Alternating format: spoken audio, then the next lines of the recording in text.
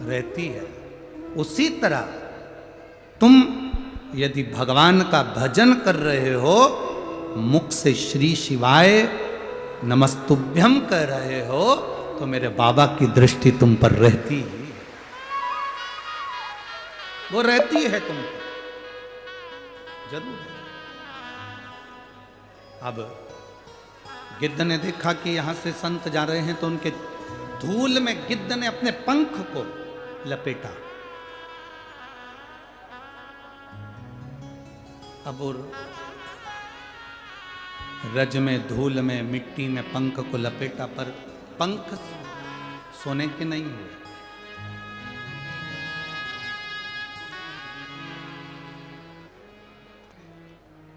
पंख सोने के नहीं। रोज प्रतिदिन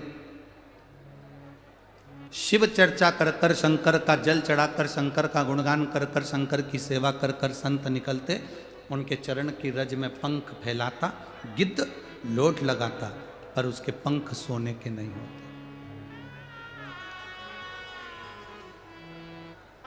उनके पंख सोने के नहीं। कई दिन निकल गए,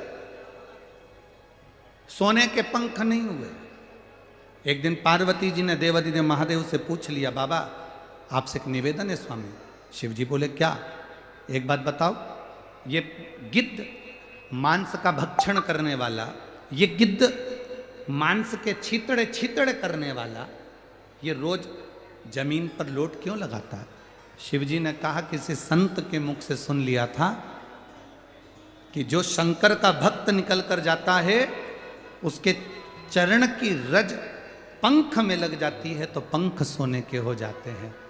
तो पार्वती जी ने कहा, संत ने कहा तो आप ही की तो वाणी है, फिर इसके पंख सोने के क्यों नहीं होते? इसके पंख सोने के क्यों नहीं हो रहे? शंकर भगवान ने कहा, इसके पंख सोने के तो हो जाएंगे, पर इसने जिंदगी में जितना जितना पाप करा है, जब तक वो पाप कटेगा नहीं, तब तक पंख सोने का होगा नहीं। पहले पाप तो कटे। शिव महापुराण की कथा में क्या पूरा धूलिया नगर आ गया? शिव महापुराण की कथा में क्या आपके घर के सब सदस्य आ गए? घर में अगर 10 सदस्य हैं तो शिव पुराण में 1, 2, 3 लोग पहुंचे होंगे, बाकी के लोग कथा में नहीं पहुंचे होंगे। क्या सबकी सब कथा में पहुंच जाते हैं? नहीं। क्या पूरा शहर कथा में पहुंच जाता है? नहीं। क्या पूरा गांव कथा में पहुंच जाता है? नहीं। उसका कारण केवल इतना है, जैसे बगीचे में फूल बहुत सारे हैं, माली को जो अच्छा लगता है वो तोड़ लेता है, उसी तरह मेरे भोले को जो अच्छा लगता है उसे बुला लेता है। तुम मेरे भोलेनाथ के बगीचे के वो फूल हो जिसको मेरा शंकर अपने करीब में लेकर आ जाता। तुम वो फूल हो जिसको मेरे शिव ने चुना है तुम, इसलिए तुम कथा में पहुंचे हो।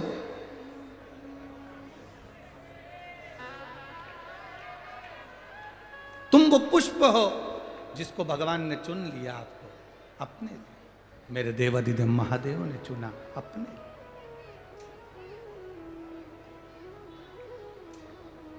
आप कभी ये मत क्यों, मेरा बेटा तो कभी मंदिर जाता ही नहीं है, मेरी बहू तो कभी मंदिर में दिया लगाने नहीं जाती, इतनी बेकार बहू, कभी एक लोटा जल चढ़ाने नहीं जाती, उसको अपने आप से फुर्सत नहीं मिले, उसकी औलाद से फुर्सत नहीं मिले, मायके से फुर्सत नहीं मिले, फोन लगाने से फुर्सत नहीं मिले, कभी मंदिर नहीं जाती। कभी अपने मुंह पर ये शब्द लेकर मत आना,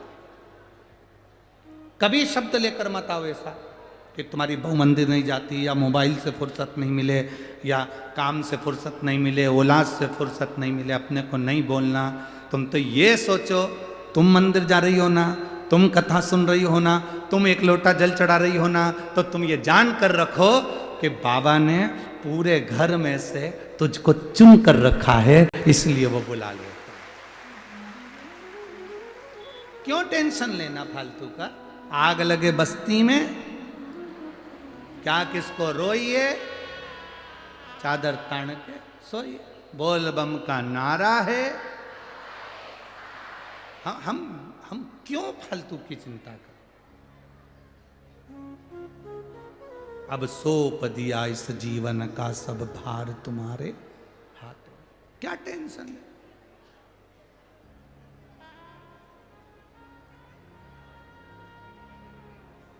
एक माता जी ने पत्र भेजा है जहां हम ठहरे हैं चेतन जी क्या, तो वहां पत्र में उन्होंने लिखा तुम दिवाली के पहले क्यों नहीं आए।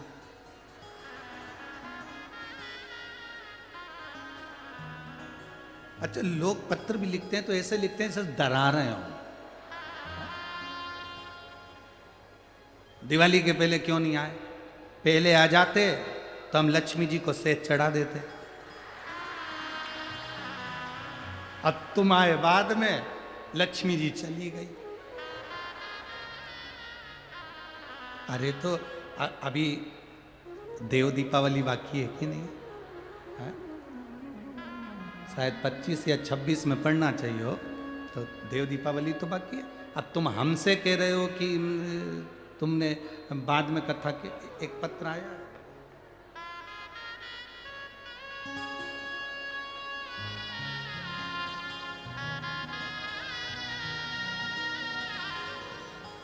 कल के पत्र में एक पत्र था,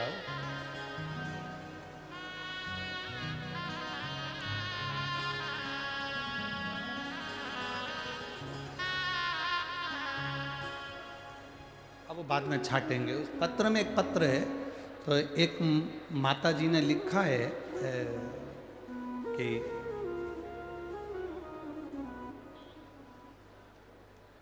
उन्होंने पत्र में लिखा कि दादा बाबू से हमें तो मालूम नहीं था कि पालक मंत्री हैं। अब उन्होंने उस पत्र में लिखा है, सही है क्या? तो उन्होंने लिखा कि दादा बाबू से पालक मंत्री हैं, पर हम उनसे प्रार्थना करेंगे कि हर साल 2 साल में सियोर वाला महाराज को पकड़ के ले आया करो। अब पत्र है पीले कलर का, जब हम यहाँ से चले जाएं तो अमित से कहेंगे उसमें से छाट के निकालना, उसका नाम जरूर बोलेंगे। उस पत्र में लिखा है, कल के पत्र में था तो नीचे रखा। देखिए, ये तो बाबा की कृपा है, जब वो डमरू बजा दे। अब ये कृपा नहीं तो और क्या है? तुम सोचो जरा, ये करुणा नहीं तो। पंख सोने के नहीं हुए, पक्षी रोज लोट लगा रहा। जिसका काम नहीं होता वो दूसरे दिन से शंकर जी के मंदिर में जल चढ़ाना छोड़ देता। एक बार अगर भगवान ने नहीं सुना तो वो दूसरे दिन से मंदिर में जाना छोड़ देता। एक पत्र में एक भाई ने लिखा है, बहन ने, सरूबाई प्रकाश पाटिल, बालापुर, फांगड़े, धूलिया, महाराष्ट्र से हूं। मेरा मोबाइल नंबर ये है। 2016 से मेरा बेटा पंकज एजुकेशन पूरी कर कहीं बैठे हैं, अगर कहीं बैठी हो तो हाथ हिला सकती हैं। सरूबाई प्रकाश पाटिल, बालापुर, फांगड़े, धूलिया, महाराष्ट्र। मोबाइल नंबर ये है, कहीं बैठी हो तो हाथ हिला सकती हैं। मेरा बेटा पंकज ग्रेजुएशन पूरा कर चुका था 2016 में। उसकी कोई सरकारी नौकरी नहीं थी। उसने शिव जी के मंदिर में जल चढ़ाना प्रारंभ करा, शंकर जी ने नहीं सुना। 2019 में उसने जल चढ़ाया, शिव जी ने 3 महीने में नहीं सुना, तो वो घर आकर मेरे से बोला, आई बाबा नहीं सुनते, सियोर वाला महाराज झूठ बोल गया। मैंने अपने बेटे से कहा तू जल चढ़ाना मत छोड़, कि तू तो कहती थी कि 3 महीने में सुनता है, तू जा शंकर के मंदिर। मेरे बेटे ने 1 साल पूरा शिव जी को जल चढ़ाया, बाबा ने उसकी नौकरी तब नहीं थी। दूसरी बार फिर बाबा ने जल चढ़ाना प्रारंभ करा दूसरे साल में। इतने में सूचना मिली कि रुद्राक्ष महोत्सव हो रहा है। हम रुद्राक्ष महोत्सव में पहुंचे तो कंकर शंकर की पूजन कर कर आए। बेटे ने जल चढ़ाना नहीं छोड़ा, कुबेर भंडारी के चरणों में कहकर आया, अगर मैंने कंकर शंकर की पूजन करी है तो मेरी सरकारी नौकरी लगेगी, अब तब आऊँगा। आज मैं बाबा को नमन करने आई हूं कि मेरे बेटे की सरकारी जॉब लग गई है। मैं बाबा को नमन करता हूं। कहीं बैठी हो तो हाथ हिला सकते, बैठी हैं? अच्छा इधर है, ठीक है, हाथ हिला तो जीजिए। चैनल में तो दिख रहा है ना? हाँ बस ठीक है। श्री शिवाय नमस्ते। शिव ओघड़ी है।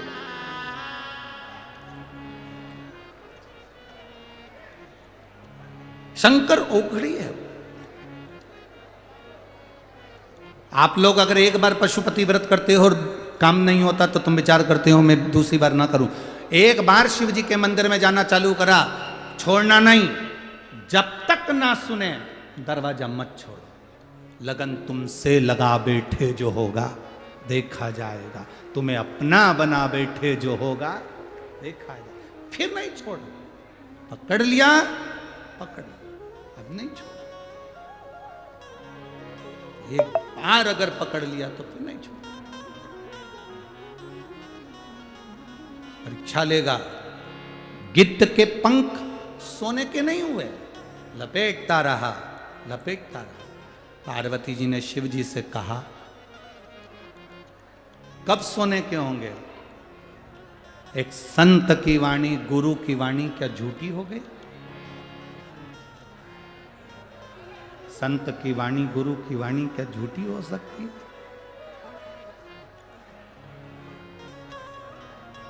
गुरु की वाणी क्या झूठी हो गई? नहीं। मेरे ओघड़दानी, मेरे शंभु, मेरे त्रिकालदर्शी, मेरे कैलाशी, अविनाशी, मेरे शंकर कहते हैं नहीं।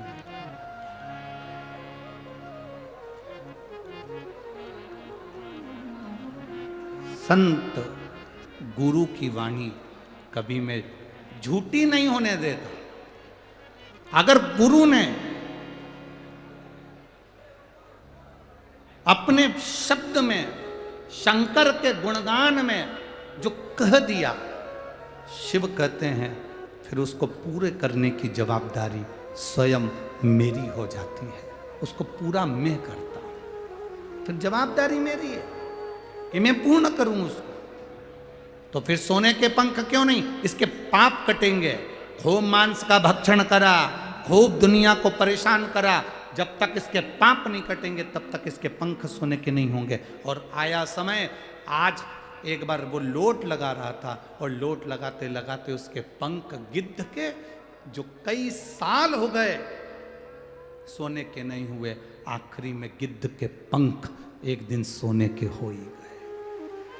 गिद्ध के, अब गिद्ध के पंख सोने के हुए। गिद्ध ने अपने परिवार वालों से कहा चलो तुम भी अपने पंख को सोने का कर लो। परिवार वालों ने लोट लगाई और पंख सोने के हो गए। तो पार्वती जी के मन में एक प्रश्न जागृत हो गया। माता पार्वती जी ने कहा गिद्ध को पंख सोने में करने में 1 साल लग गया और इन परिवार वालों को तो 1 दिन में सोने के पंख हो गए।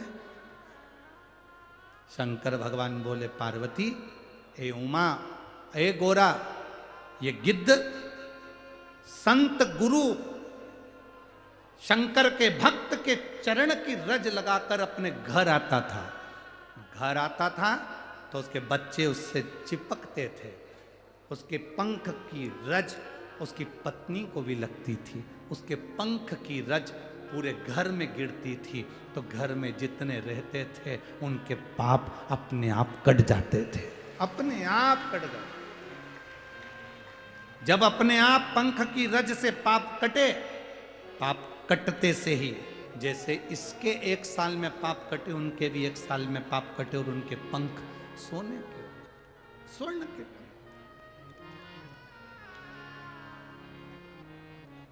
क्या देता है शिव? आप शंकर जी के मंदिर में जाते हो ना, वहां की जो रज तुम्हारे कपड़े में लगती है, वहां पर चढ़ाया हुआ जल तुम्हारे शरीर पर लगता है, तुम उसको लगाकर घर पहुंचते हो। यहाँ कथा सुनने के बाद इतने सारे शिव भक्त यहाँ पर आते हैं। इतने सारे शिव भक्त एक साथ श्री शिवाय नमस्तुभ्यम बोलते हैं, नमः शिवाय बोलते हैं, राम कृष्ण हरि बोलते हैं। इनके चरणों की रज जब उड़ती है कपड़े पर लगती है। हम जब अपने घर जाते हैं, जो कथा में नहीं आए उनका भी कल्याण अपने आप हो जाता है, वो रज से। माता लक्ष्मी, जिनको भगवान विष्णु का श्राप लगा है अश्वी बनने का, घोड़ी बनने का, पृथ्वी पर जाकर अमावस्या की रात्रि को बुढ़िया के घर में चली जाती हैं, बुढ़िया को निहाल कर देती हैं, और दूसरा दिन आता है माता लक्ष्मी का द्वितीय दिवस, जिसमें उनको अश्वी बनना है, घोड़ी बनना है।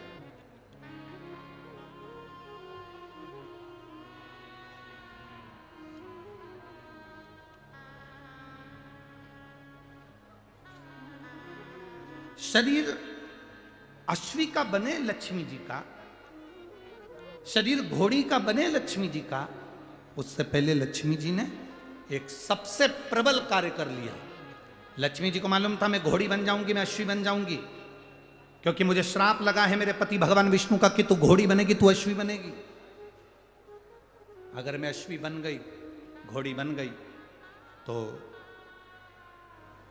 मैं अपने शरीर से कुछ निर्माण नहीं कर सकती।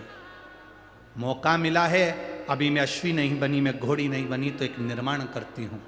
और माता लक्ष्मी ने एक शंकर भगवान के शिवलिंग का, एक मट्टी का पार्थिव लिंग का निर्माण कर लिया। निर्माण करा और करते से श्राप था, दूसरे दिन लक्ष्मी जी अश्वी बन गई, घोड़ी बन गई।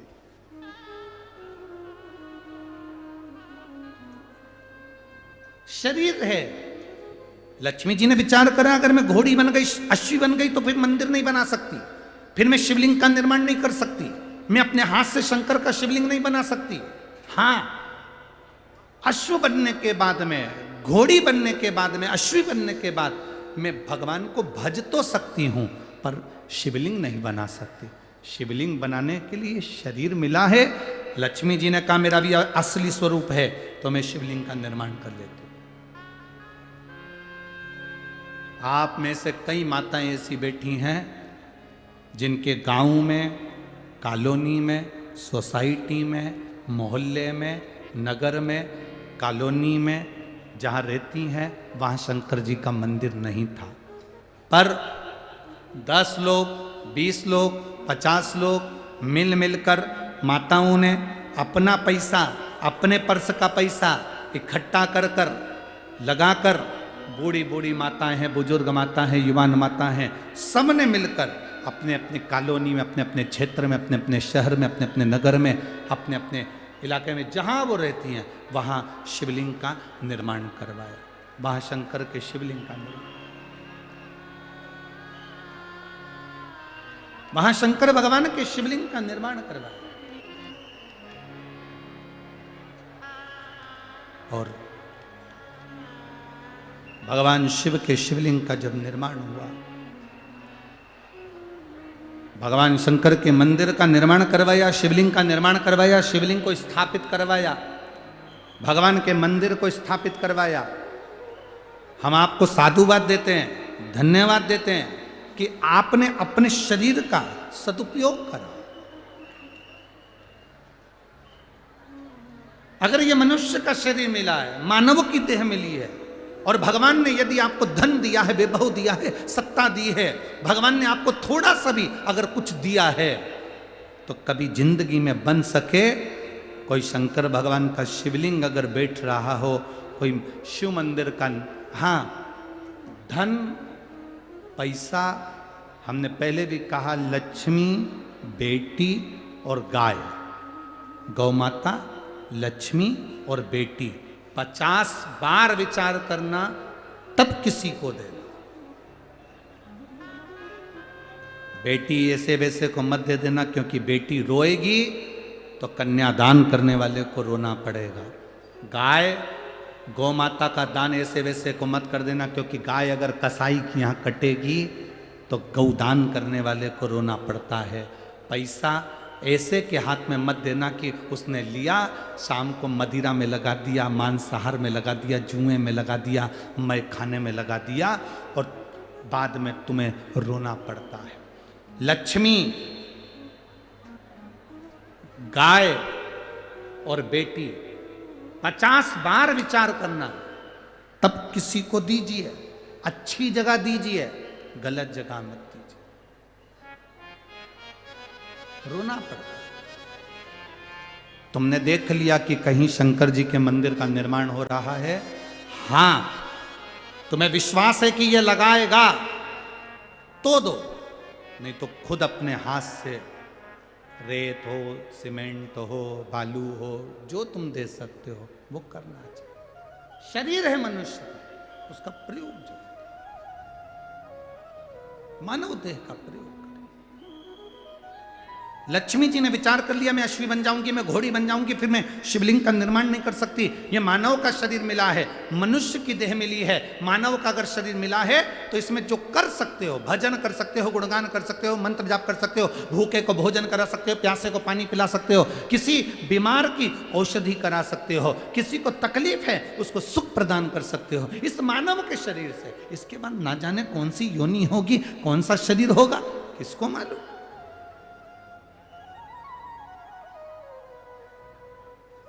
किसको मालूम कौन सा शरीर मिलने वाला है।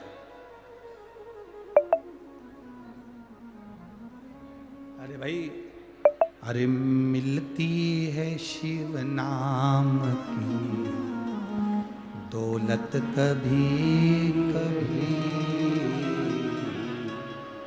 मिलती है शिव नाम की दौलत कभी कभी, होती है अपने धूले में शिव पुराण कभी कभी, और दौलत को पाके तुम कभी अभिमान ना करो, काया को पाके तुम कभी अभिमान ना करो, माटी में मिल जाती है काया कभी कभी, होती है अपने धूले में शिव पुराण कभी कभी, बेटों को पाके तुम कभी अभिमान ना करो, बेटों को पाके तुम कभी अभिमान ना करो, बन जाते हैं पड़ोसी भी बेटा कभी कभी, होती है अपने धूला में शिव पुराण कभी कभी, बेटी को पाके तुम कभी अभिमान ना करो, बेटी को पाके तुम कभी अभिमान ना करो, ले जाते हैं जमाई भी बेटी कभी कभी, होती है अपने धूला में शिव पुराण कभी कभी, ये मिली है उससे प्राप्त हो।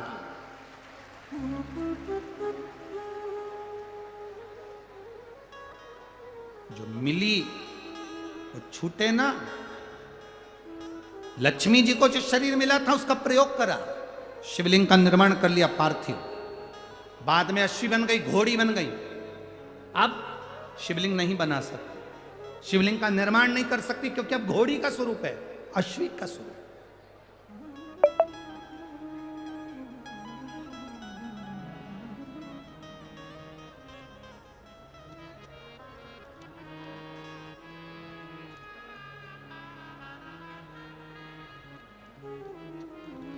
जंगल जंगल घोड़ी बनकर, अश्वी बनकर फिर रही है।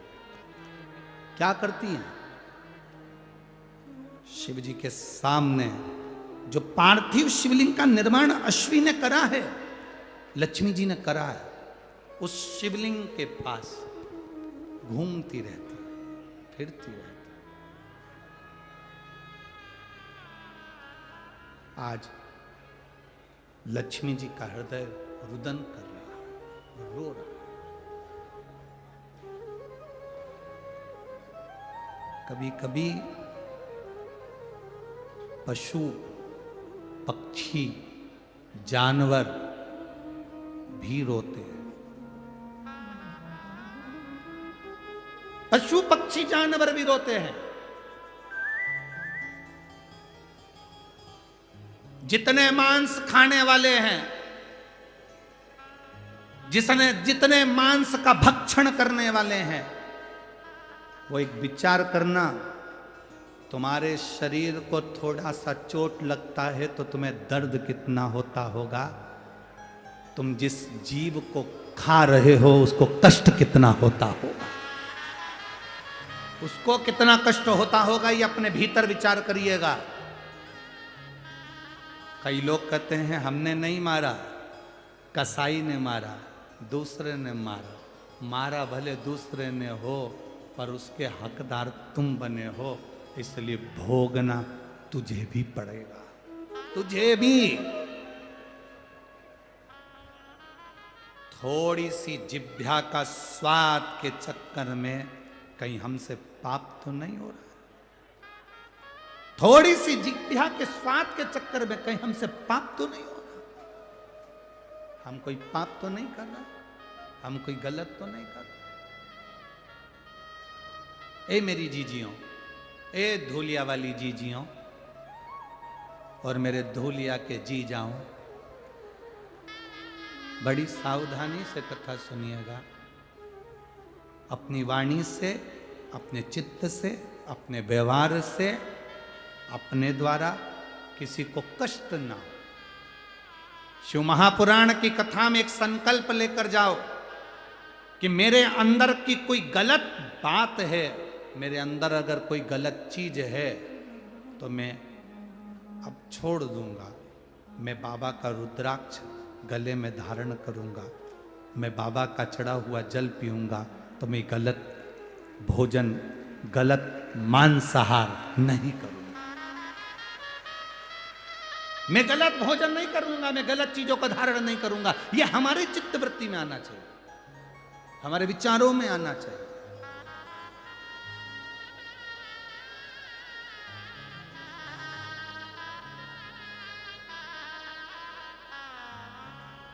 जब कसाई गाय को लेकर जाता है ना, गाय सब दूर देखती है, सब जगह।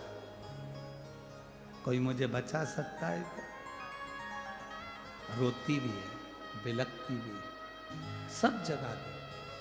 कोई मुझे बचा सकता है, कोई मुझे रोक सकता है, पर उसको कोई निर्णय नहीं मिलता, तब रोती है। अश्वी, माता लक्ष्मी आज घोड़ी का स्वरूप धारण करी है, माता लक्ष्मी आज अश्वी का स्वरूप धारण करी है। और माता लक्ष्मी जब घोड़ी बन गई, अश्वी बन गई, आंख में से आंसू जो गिर रहा था, वो आंसू देवाधिदेव महादेव के शिवलिंग पर, जो पार्थिव शिवलिंग का निर्माण माता लक्ष्मी ने करा था, उस शिवलिंग पर अश्वी घोड़ी बनी। माता लक्ष्मी के आंख के आंसू गिर रहे थे।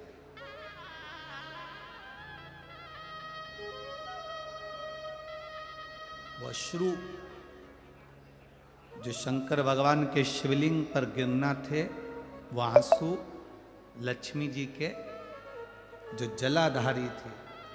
समझिएगा, ये शिवलिंग, ये चारों तरफ जो जलाधारी है, ये पार्वती जी का स्थान है। ये जो जलाधारी है, ये पार्वती जी का स्थान है। अश्रु जो गिर रहे थे,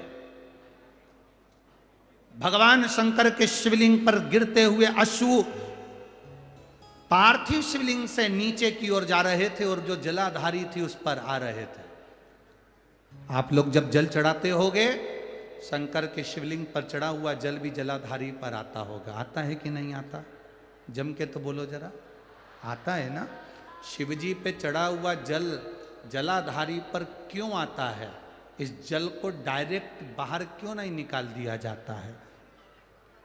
शंकर का शिवलिंग अकेला क्यों नहीं रखते? उसको जलाधारी के साथ ही क्यों रखते हैं? कभी कभी हम नर्मदेश्वर शिवलिंग लेकर आ जाते हैं, अकेला शिवलिंग रहता है, उसको कटोरी में रख लेते हैं। अकेला शिवलिंग रहता है, हम उसको कपड़े की चोमली बनाकर रख लेते हैं। अकेला शिवलिंग रहता है, हम उसको कहीं पर भी रख लेते हैं। पर उसको जलाधारी पर क्यों रखा जाता है? जलाधारी पर रखने का कारण क्या है?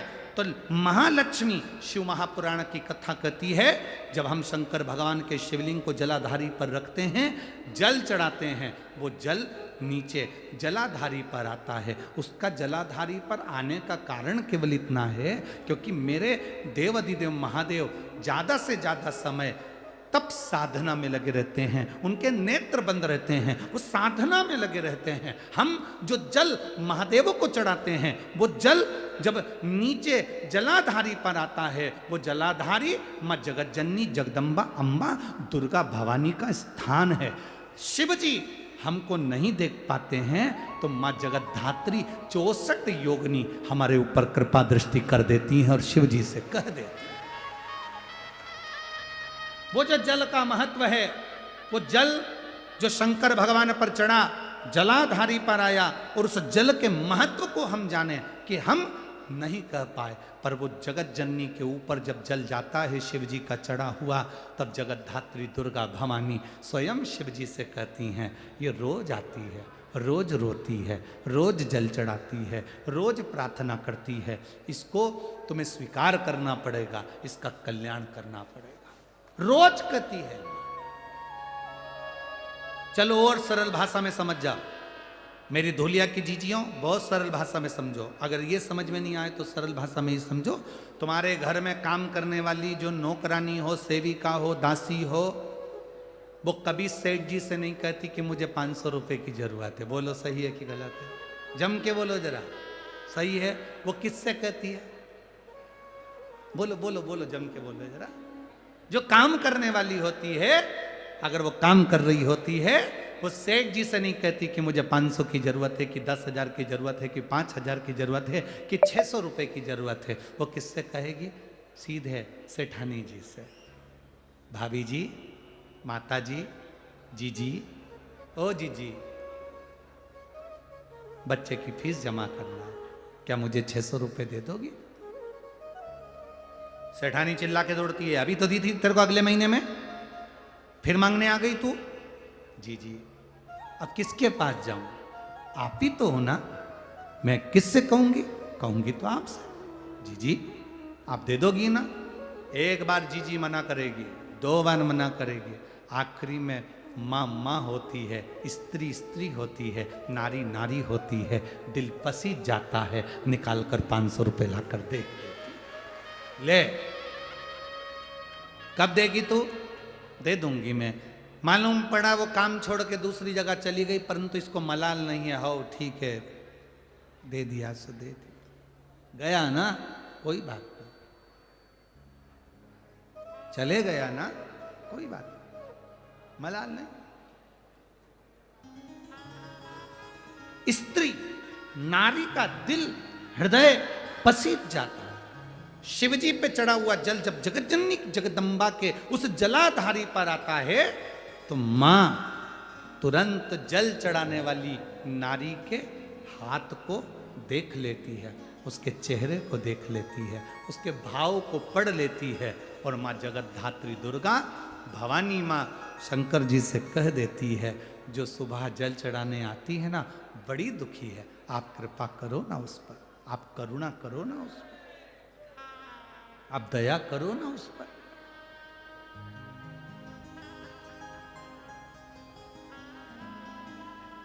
आप कृपा करो।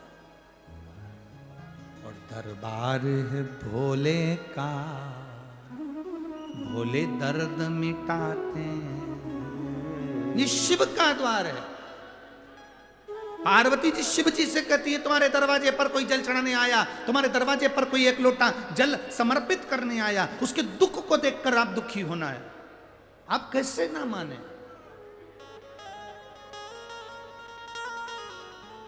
एक बात हमने पहले कही कथा में, आप लोगों के स्मरण में होगा। शरीर में रोग है, बीमारी है, तो एक बेलपत्र जरूर खाओ। रोज नहीं खा सकते तो हफ्ते में एक बार खाओ। हाँ, थोड़ा मुंह छार छार हो जाता है, थोड़ी जिह्वा छार छार हो जाती है, थोड़ा स्वाद कम आता है। अगर चबाकर नहीं खा सकते, मुंह में स्वाद नहीं आ रहा है, छार छार हो रही है, तो हमने पहले भी कहा उस बेलपत्र को ऐसे हाथ में रगड़ कर पीस कर उसकी गोली बनाकर पानी से निगल जाओ। पर उस बेलपत्र का प्रयोग क्या होता है, जैसे उस बेटी का 11 साल की लड़की का लीवर और किडनी दोनों डॉक्टर ने मुंबई में डैमेज कर दी, बता दिए और बताए डैमेज, पर उसने जो प्रयोग करा बाबा ने सुना और 11 साल की बच्ची का लीवर और किडनी वापस काम करना प्रारंभ करा। हम शुगर है, बीपी है, थायराइड है, चर्म रोग है, सोराइसिस है, ऐसी बीमारियां जीवन में आती रहती है, पर वो बीमारियों का हल जरूर है, शिव तत्व पर हल।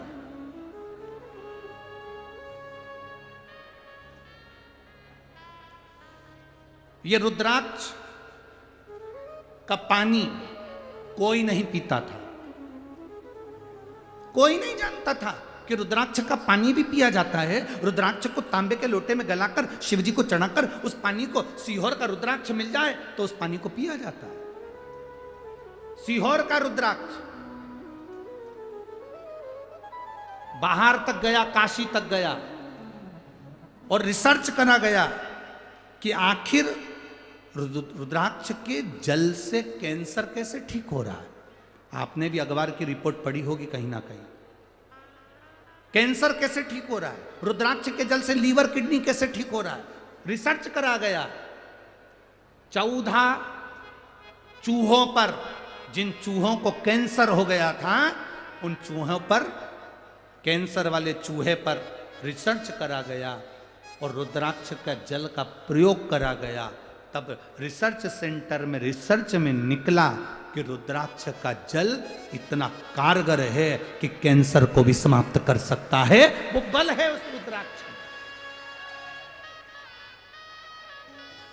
स्त्रियां कहती हैं कि हम रुद्राक्ष पहन सकते हैं, हम रजस्वला हो जाते हैं। स्त्रियां कहती हैं हम गर्भ धारण करते हैं, रुद्राक्ष पहन सकते हैं। बेटियां कहती हैं हम रुद्राक्ष पहन सकते हैं, बेटे कहते हैं हम रुद्राक्ष पहन सकते हैं। शिव महापुराण की कथा कहती है जिसके शरीर के इस भाग के अंतर्गत हृदय के नजदीक में रुद्राक्ष, जिसके गले में लाल धागे में हो, चाहे स्वर्ण में हो, चाहे चांदी में हो, चाहे जिस भाव से आप रुद्राक्ष को धारण कर रहे हो, भले लाल धागे में पहन रहे हो, अगर एक रुद्राक्ष सीहोर का तुम्हारे पास में है या रुद्राक्ष तुम्हारे गले में डला हुआ है, तो इतना विश्वास रखना कि कोई बड़ी बीमारी तुम्हारे करीब में आ नहीं सकती जब तक रुद्राक्ष तुम्हारे करीब में।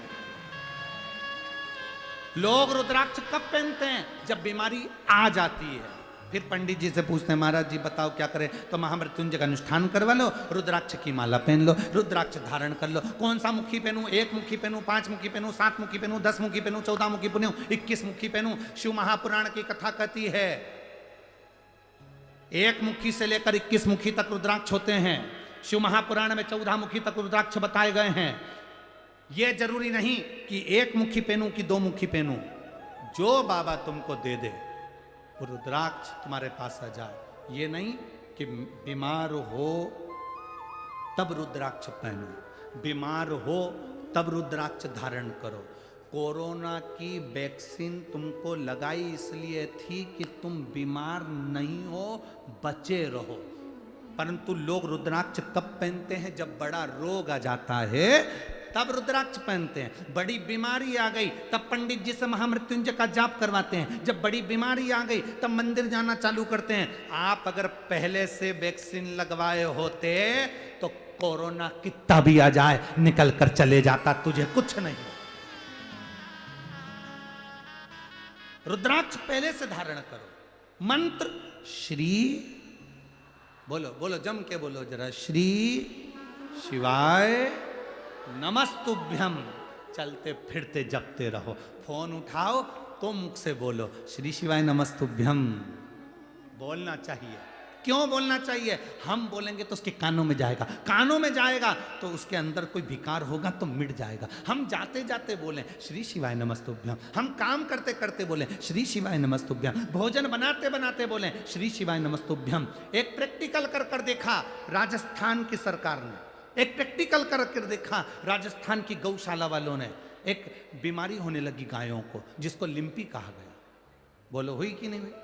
राजस्थान में एक बीमारी चालू हो गई, सारी दूर फैलने लगी, लिम्पी की बीमारी, गाय बीमार होने लगी। तो राजस्थान की गौशाला वालों ने प्रयोग करा, रोटी बनवाई, उस रोटी में बेलपत्री के सूखे पत्ते मंदिरों से ला ला कर पीस कर मिला दिए और रोटी बनाते समय उन्होंने माइक लगा दिया रोटी बनाने वाली जगह पर, जिसमें मंत्र बोला जा रहा था श्री शिवाय नमस्तुभ्यम। जहां रोटी बन रही थी उस जगह मंत्र चल रहे थे, बेलपत्री का चूरा मिलाया गया, रोटी तैयार करी गई, शंकर भगवान पर चढ़ी हुई हल्दी उसमें मिलाई गई और उस शंकर जी पे चढ़ा हुआ पानी उठाकर उस रोटी में मिलाया गया और गायों को देना चालू करा। मालूम पड़ा 20 दिन के अंदर गाय ठीक होना प्रारंभ हो गई, लिम्पी की बीमारी समाप्त होने। बीमार होगे तब रुद्राक्ष पहनोगे क्या? बीमार होगे तब मंत्र जाप करोगे क्या? नहीं, चलते फिरते काम करते आते जाते मुख से भगवान का नाम लेते हुए चलो श्री शिवाय नमस्ते, जपते चलो, स्मरण करते चलो। जब जपोगे स्मरण करोगे तो उसका सुख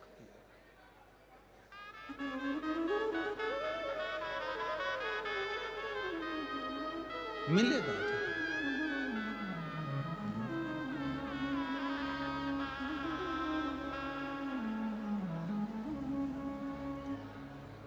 रावण को बाबा तूने लंका दिया,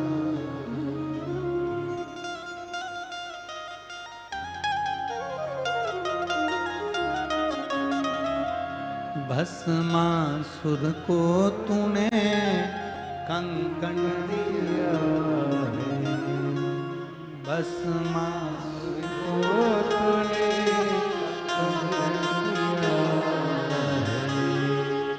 उसी ने तेरा पीछा किया भोले बाबा, उसी ने तेरा पीछा किया भोले बाबा।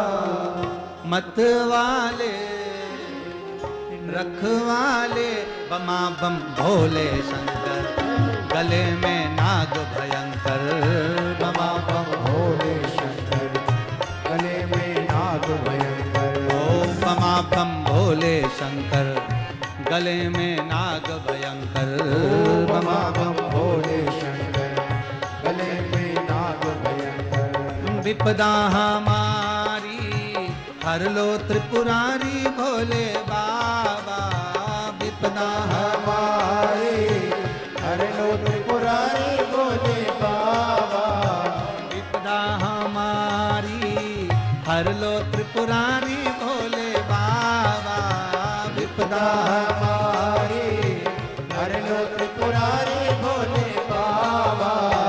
रख लेना मत वाले बमा बम भोले शंकर, गले में नाग भयंकर बमा बम भोले शंकर, गले में नाग भयंकर।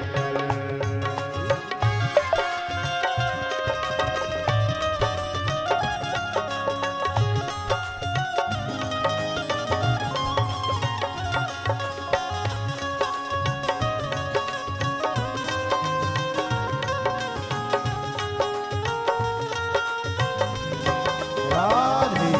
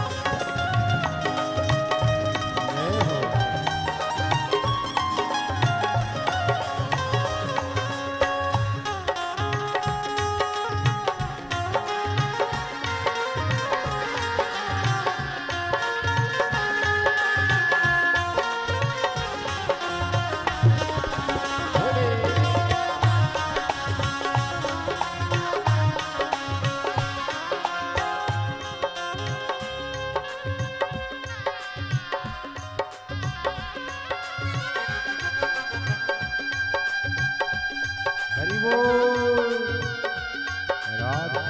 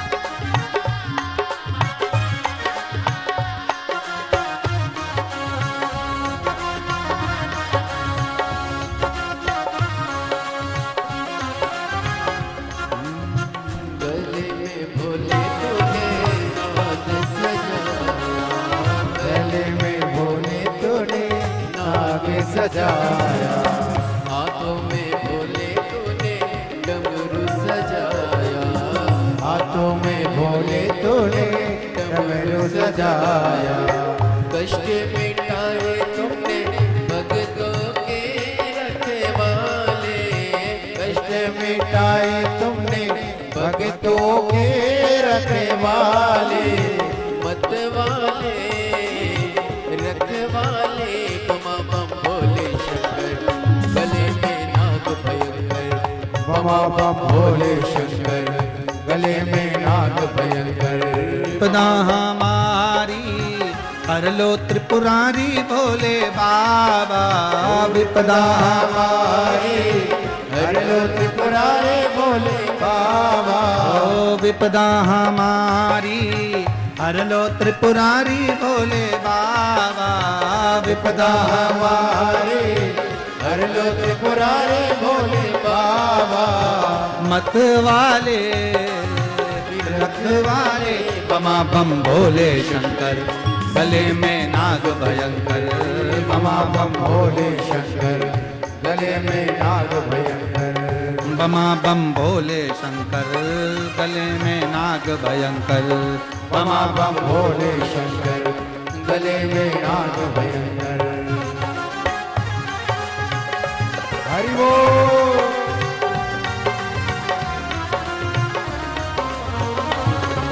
भोले शंकर। हरि बोल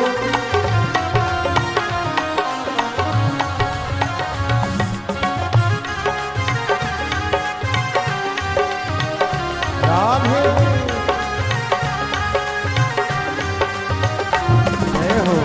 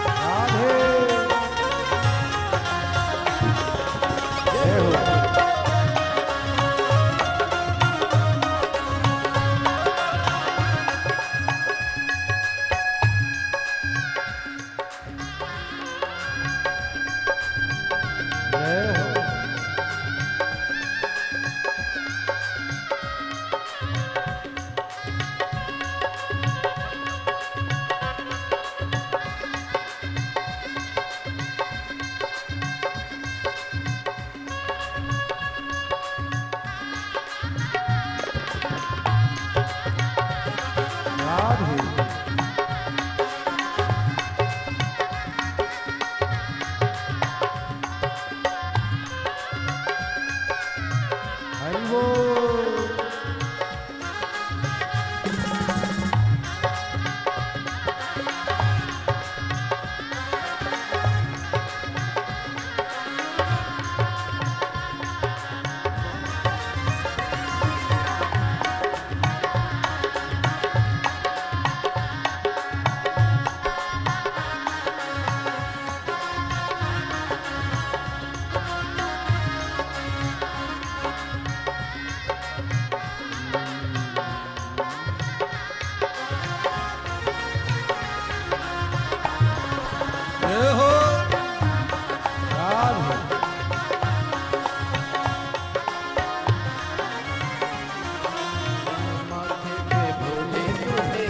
चंदा सजाया।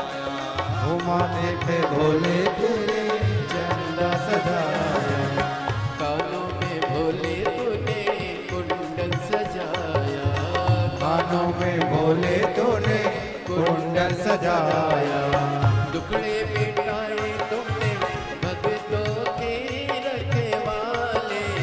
टुकड़े मिटाए तुमने भक्तों के रखवाले।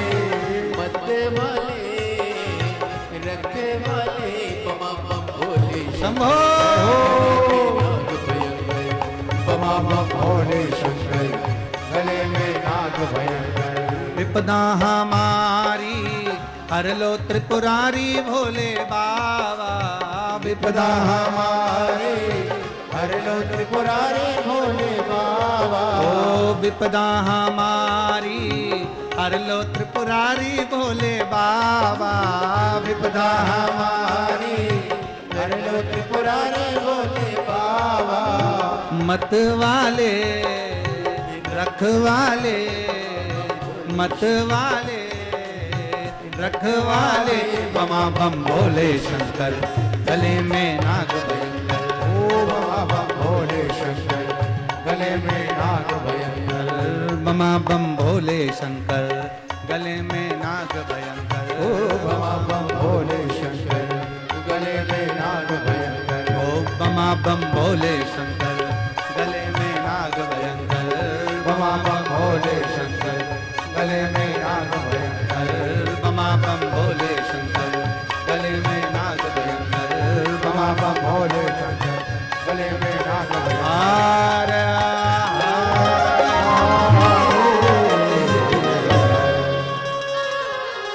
अपने स्थान पर बैठकर भगवान देवाधिदेव महादेव से अपने हृदय की बात दिल से बाबा देवाधिदेव महादेव से भाव से कहें।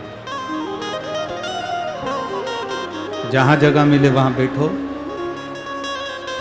और हृदय से भगवान शिव जी से अपने मन की बात करो। जहाँ जगह मिले वहाँ बैठो।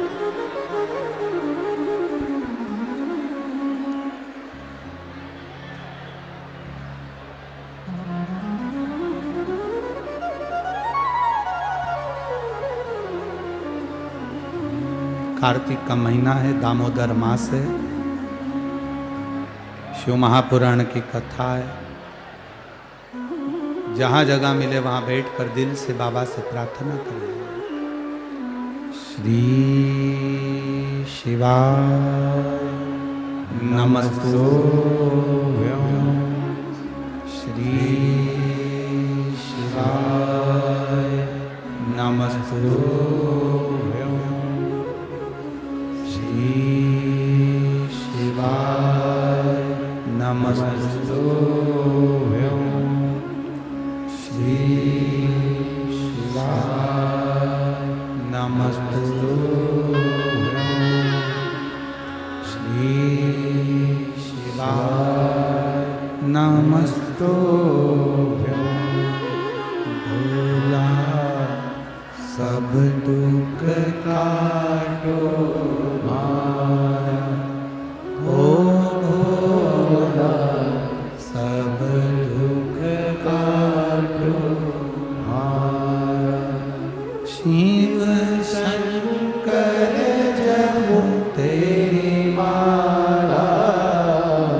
भोले बाबा जपो तेरी माला। भोला सब दुख काटो मारा। ओ भोला सब दुख काटो मारा। वेश मंगलकारी वैश मंगलकारी शमशान वासी हमारा। शमशान वासी हमारा। ओ भोला सब दुख काटो मारा। ओ भोला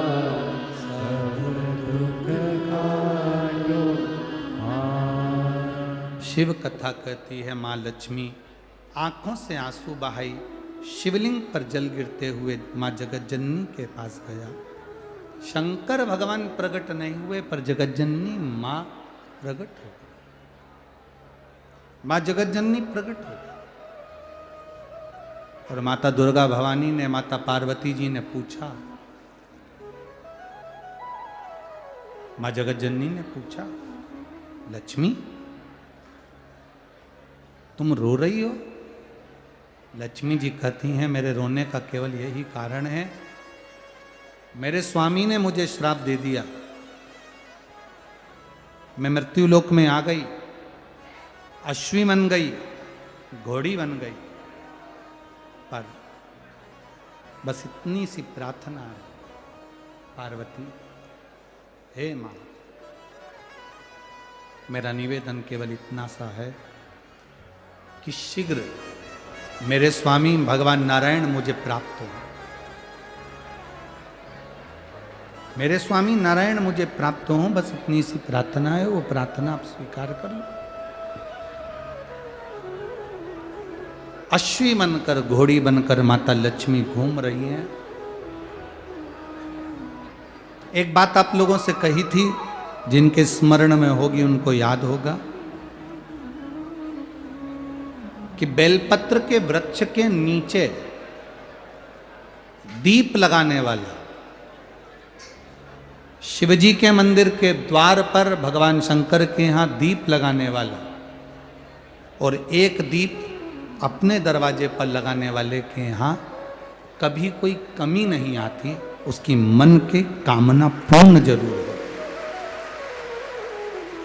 जैसे बेलपत्र के वृक्ष के नीचे करा गया भोजन, बेलपत्र के वृक्ष के नीचे,